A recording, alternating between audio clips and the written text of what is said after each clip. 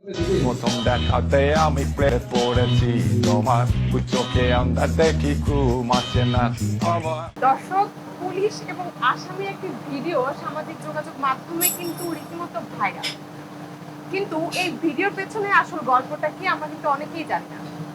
আজকে আমরা সেই ভিডিওর পেছনের গল্পটা সরাসরি তাদের মুখ থেকেই শুনে নেব।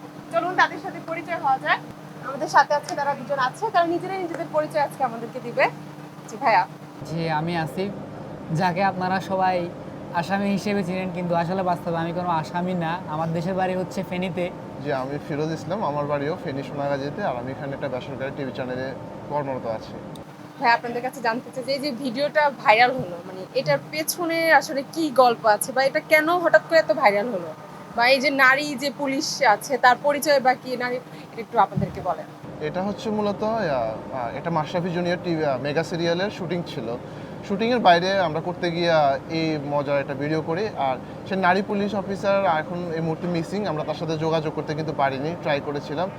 যতদূর জানি তিনি ভিডিও ভাইরাল হওয়ার পর পরে ওনার বিয়ে হয়ে গিয়েছে, তো উনি এখন সুখে সংসার করছে আশা করছি। যে নারী পুলিশকে আপনারা কোথায় পেলেন, মানে কোথায় থেকে মানে পুলিশ কোথা থেকে আসছে, ওনার পরিচয়টা কি? উনি আসলে ওখানে একজন নারী কনস্টেবল দরকার ছিল, তো শুটিং হাউসে ছিল। পরে উনাকে 9-6 বুঝিয়ে মেকআপ রুম থেকে নিয়ে এসে আমরা জাস্ট একটাকে ভিডিওটা করে বেসিক্যালি হয়েছে কি, যে আমরা যখন কন্টেন্টটা ক্রিয়েট করতেছিলাম, তো ভাইয়ের ওদিন আবার শ্যুট ছিল মাশরাফিতে।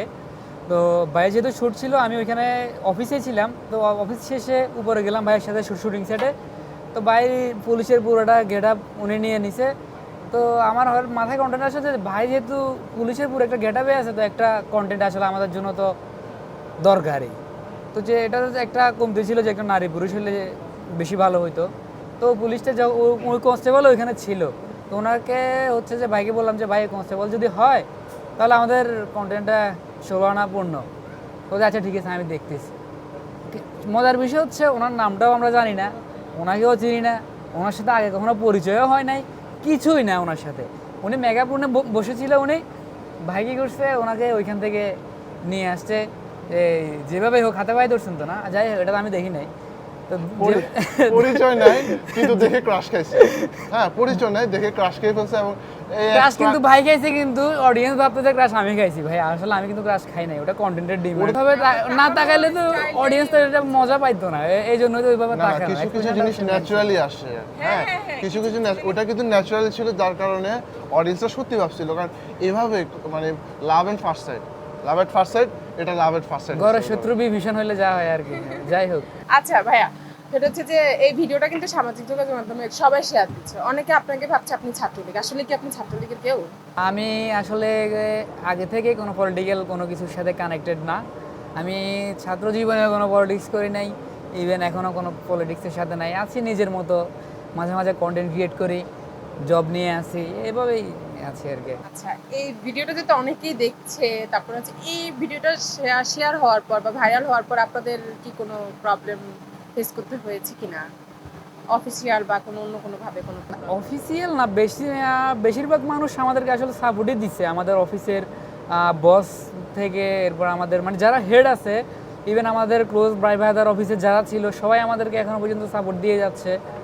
তো প্রবলেম ওইভাবে এখনো পর্যন্ত ফেস করি নাই। একটা জিনিস, হ্যাঁ, এটা ফেস আমার থেকে ভাই বেশি ফেস করছে, আমি একটু কম ফেস করছি, ওনার মুখে শুনেন। সেটা হচ্ছে যে ফ্যামিলি থেকে তো একটা থাকে যে আমার ফ্যামিলি কনফিউজড। হ্যাঁ, যেহেতু আমাদের গ্রামের বাড়িতেও মা বাবা সবাই গ্রামেই থাকে। তো ওইখানে আশেপাশের মানুষজন যারা আছে তারা হচ্ছে যে বাড়িতে গিয়ে জিজ্ঞেস করতেছে যে তোমার ছেলেরা তো পুলিশে ধরছে, কোন থানায় ধরছে, কী হয়েছে, ঘটনা কি, কেন ধরছে, এক মেয়ের সাথে নাকি দেখছে। মানে বিভিন্ন ধরনের একটা কন্ট্রোভার্সি তৈরি হয়েছে। তা আম্মু বেসিক্যালি এগুলো জানতো যে আমি টুকটাক কন্টেন্ট ক্রিয়েট করি বা দুষ্টামি করি ফেসবুকে। হ্যাঁ, আম্মু এটা এতবার সিরিয়াসভাবে নেয় নাই। তো আব্বু এটা নিয়ে একটু ছিল, যে কনফিউজ ছিল যে আসলে কিছু হয়েছে কিনা। আব্বু এরপর একদিন পরে আমাকে নক দিছে, যে কল দিছে যে কিরে তোর আসলে কি হয়েছে, তুই কোথায়, কোনো সমস্যা হয়েছে কিনা। আমি বললাম যে না, এটা নাটকের শুটিং সিনের একটা ব্যাপার ছিল, ব্যাকগ্রাউন্ডে আমরা করছিলাম।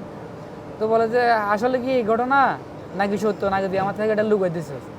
আমি বুঝাইতে পারতেছি না আসলে এটা কোনো অভিনয় ছিল বা আমরা স্ক্রিপ্টেড কিছু করতেছি। তো যাই হোক, পরে আর ওইভাবে কিছু বলো না, সমস্যা না হলে তো ভালো, সমস্যা হলে জানাইস। এই আর কি না, বাকি সবাই আলহামদুলিল্লাহ যথেষ্ট সাপোর্ট করছে। ফেনী থেকেও আমরা যথেষ্ট পরিমাণ ভালোবাসা পাইছি, বাংলাদেশ থেকেও তো পাচ্ছি, এখনও পাচ্ছি। এটা আমার আসলে এটা আমাদের জীবনে একটা অ্যাচিভমেন্ট। এটা বেসিক্যালি নভেম্বরের দিকে শুরুর দিকে। তো আমরা ওর একটা পেজ আছে আসিফ আদনান ব্রো, ওই পেজে দেয়। তো আমিও মাঝে মধ্যে হেল্প করি, আইডিয়া দিই বাজেভাবে। তো ওখানে দেওয়ার পরে সামহাও কেউ একজন ওখান থেকে নিয়ে শেয়ার দিয়েছে, একজন আর ও এত ন্যাচারালি অভিনয় করছে, আমরা দিয়েছিলাম যতটুকু, কিন্তু ওটা পারফেক্ট ছিল। দেওয়ার পরে সবাই সত্যি আসামি হয়ে গেছে। এরপরে হচ্ছে ভাইরাল হয়ে গেল। আর এটা ভাইরাল হওয়ার পরে বেসিক্যালি অফিস থেকে আমরা খুব ভালো সাপোর্ট পেয়েছি। আমাদের বস থেকে শুরু করে আমার সহকর্মী সবাই ব্যাপারটা এনজয় করছে, স্টিল তারা এখনও সাপোর্ট দিয়ে যাচ্ছে যে হ্যাঁ ক্যারিয়র। আর ফ্যামিলিগতভাবে বলতে ওই যে টুকটাক আমি বলেছিলাম এর আগে যে বিয়ে শাদীর ব্যাপারে আমার জন্য ওটাকে বাইরে কিন্তু বিয়ে আটকে গেছে, না এখন পর্যন্ত বিয়ে আটকে আসতে পারে কি? কমেন্ট বক্সে তো সবাই পুলিশের তো ফি দেয়, আমাকে তো কেউ এমনিতেই নক দেয় না। না এখন তো দিবেই না, কারণ এখন আমার পরিচয়, আমি আসামি, ঠিক আছে? ওনাকে আগে তো যাই দিতে, এখন তার থেকেও বাড়ছে, কারণ উনি মাশাআল্লাহ সুদর্শন, স্মার্ট, হ্যান্ডসাম। হ্যাঁ, তো যাই হোক, এটা আমি এখানে অন স্ক্রিনে বলতেছি, অফ স্ক্রিনে অতটা না। যাই হোক, তো এখন তো আরো বেশি আছে, কমেন্ট বক্সে সবাই পুলিশের উপর ক্রাশ খাইতেছে, আসামির থেকে পুলিশকে ভালো লাগতেছে। না আমি এখন পর্যন্ত কোনো প্রস্তাব পাইনি, একদম সত্যি কথা মিথ্যা বলছি। বলতেছেন কেন? কালকে রাতে তো আমি আপনাকে দেখাইছি। কোনো প্রস্তাব পাইনি, জাস্ট কমেন্টে বলতেছে না বিয়ে তো করতে হবে। সম্পর্কে আছে? না এখন পর্যন্ত প্রেমের সম্পর্কে না, আমি কখনো প্রেম করিনি। হ্যাঁ, তাহলে কি একেবারে বিয়ে? একেবারে বিয়ে করে প্রেম আমার তো আগেও হয় না, এখনো হয় না, সামনে হবে কিনা আমি জানি না। কি বলেন? কোথায় হচ্ছে? আপনি অনুষ্ঠান মানে প্রোগ্রামের শুরুতেই আপনি আমারে বলতেছেন যে আমার দেখতে আসামির মতো লাগে। এক আসামির সাথে কে প্রেম করবে আমাকে বলুন তো? আপনার টাইম আয়েগা মেরে ভাই। প্ল্যান বলতে আসলে হ্যাঁ, অবশ্যই এটা আমাদের জন্য একটা অ্যাচিভমেন্ট। আমি তখন বললাম এটা অনেক বেশি অনুপ্রেরণা আমাদেরকে দিচ্ছে যে অডিয়েন্স। আমি বেশিরভাগ কমেন্টে দেখতেছি যে আসলে মানুষজন আমাদের অনেক বেশি ভালোবাসা দিচ্ছে। এটা মানে বলে প্রকাশ করার মতো না। তাদের কাছে আমরা চিরকৃতজ্ঞ এবং তাদের প্রতি ভালোবাসা অবিরাম। হ্যাঁ, তো যেহেতু মানুষজন আসলে ভালোবাসতেছে, তো মানে কি বলবো, আমার ইচ্ছা আছে যে এইটাকে আরো একটু ভালো পর্যায়ে নিয়ে যাওয়া, ভালো ভালো কোনো কন্টেন্ট তাদেরকে উপহার দেওয়া, অবশ্যই ইচ্ছা আছে। এই নিয়ে প্ল্যান বলতে এই যে জিনিসটা ভাইরাল হচ্ছে, সত্যি কথা বলতে এটা একেবারে যে ভালো কিছু, আমি ব্যক্তিগতভাবে যে ভালো কিছু না, মানুষ হয়তো সিরিয়াস ভেবে নিয়েছে। কারণ বছরের শেষে তো আমার মনে হয় যে এটা সবচেয়ে বড় হিট একটা এন্টারটেইনমেন্ট ছিল অডিয়েন্স। আমি জানি না আসলে একটা বিষয় আমি বলি, সরি ভাই। হ্যাঁ হ্যাঁ, সেটা হচ্ছে যে মানে অনেকগুলা গ্রুপ পেজ বা সামথিং আমাদেরকে আরো বলতেছে এটা নাকি 2024-এর সেরা বিনোদন একটা ছিল, এমন টাইপের। হ্যাঁ, এটা রিয়েল। হ্যাঁ, আন্দোলনের পরে মূলত এটাই মনে হচ্ছে সবচেয়ে ভাইরাল কন্টেন্ট ছিল। মানুষ নিয়েছে এটা, আমরা কৃতজ্ঞ অডিয়েন্সের কাছে। কিন্তু আমরা চাই যে একটু ভালো কিছু দেওয়ার জন্য, হ্যাঁ, যেন মানুষ ভালো কিছু পেয়ে অন্তত উপভোগ করতে পারে, এরকম কিছু না যেটাতে মানুষ কনফিউজ থাকবে। আপনি তো পুলিশের ক্যারেক্টারে ছিলেন, এখন এই যে পুলিশের মানে কখনো কি ইচ্ছে ছিল যে পুলিশের পেশাতে যাওয়া বা পুলিশের পেশা নিয়ে কোনো আগ্রহ? না আমি আমি পরীক্ষা দিয়েছিলাম। ঠিক পুলিশের পরীক্ষা বলতে 2-3টা ধাপ থাকে, 2-3টা ধাপে পরীক্ষা দিয়েছে। পরে আমার আম্মু পছন্দ না পুলিশটা, উনি বলে যে না থাক বাবা, পুলিশ হবে না, অন্য কিছু করো। ডিজিটাল সেক্টরে আমার হচ্ছে 2 বছর মতো চলছে। এমনি আমি ফিন্যান্সের স্টুডেন্ট, কিন্তু আমার এন্টারটেনমেন্টটা ভালো লাগে, যাতে আমি ওসব ছেড়ে দিয়ে এদিকে এন্টারটেনমেন্ট দিকে ঝুঁকেছি। দেখা যাক বাকিটা কি হয়। আমার ফিউচার প্ল্যান হচ্ছে সবার আগে একজন ভালো মানুষ হওয়া, প্রতিষ্ঠিত হওয়া, ভালো কাজ করা।